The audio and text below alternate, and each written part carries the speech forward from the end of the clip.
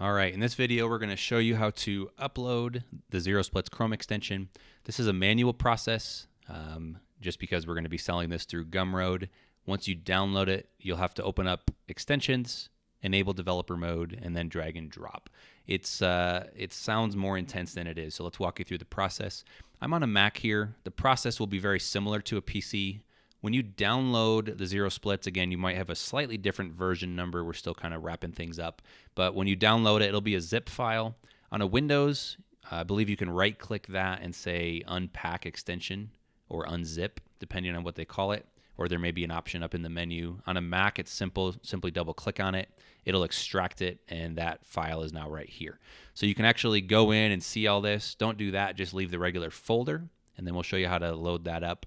On Windows, if you unzip it or unpack it, you may want to throw it on the desktop just so you can see this file right here. And again, it'll look more like a regular folder just because it's unzipped.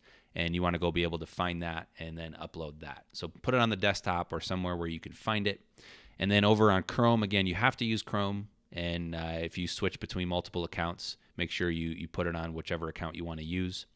The first time you launch the extension, it will ask for a license key. And you'll get that in your email from Gumroad, and you can put that in. It's single use only, so make sure you install it on the proper machine and do it that way. That way it works for you. So again, once you're in Chrome, you can go to the Chrome store, or you can simply type in Chrome : / / and then extensions, just like this. So again, Chrome : / ×2 and then the word extensions. That's going to bring up all of your extensions. We're going to simply go to the corner and click on developer mode. That's going to enable that. That will allow us to load these extensions. You can then actually load an unpacked extension. So you can do that and then click here either on a Windows or wherever and then go find where you put it, either on the desktop or in downloads.